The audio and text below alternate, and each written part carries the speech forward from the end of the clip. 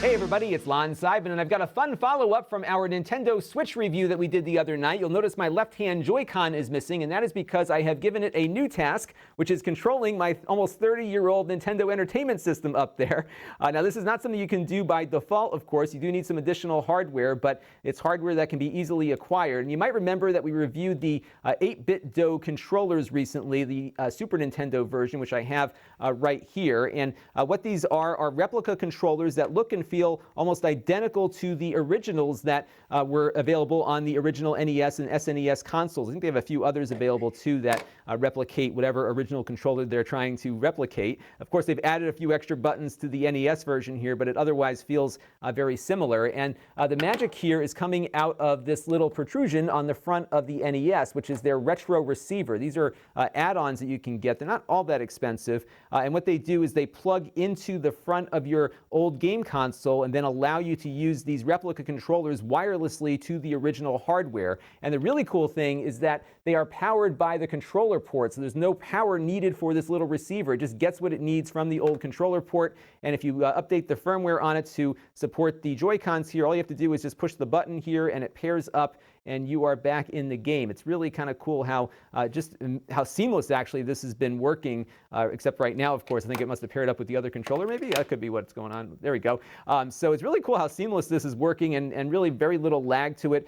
Feels very similar to how it feels with the wired controller here, but I'm playing with the brand new Joy-Con. It's a little tough on a tiny little controller like this. It's kind of a novelty, but I just thought that was kind of cool that they were able to do that with their hardware here and get everything working. They also have a version for the NES Classic console, so you can get these retro-inspired controllers to hook up with that as well. And what's also cool is that these retro receivers work as X-input devices on your Windows PC, and that's important because if you're playing a lot of those retro-inspired Windows games on Steam, you can play them with these authentic-feeling controllers and get maybe better control on Shovel Knight or something like that using these wireless receivers through the USB port on there. No drivers required. You just plug it in and you've got an X-input device, so kind of a multi-function thing.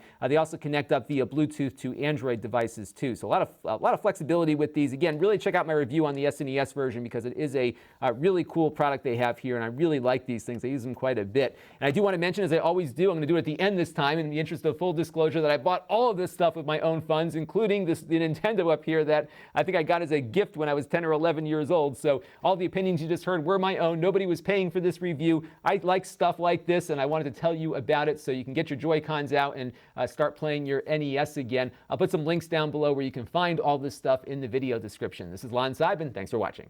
This channel is brought to you by my Patreon supporters. If you want to help the channel, you can by contributing as little as $1 a month.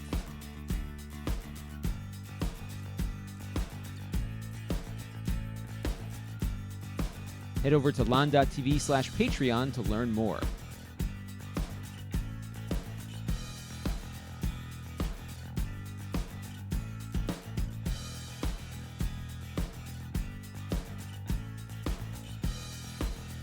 And don't forget to subscribe. Visit Lon.TV/S.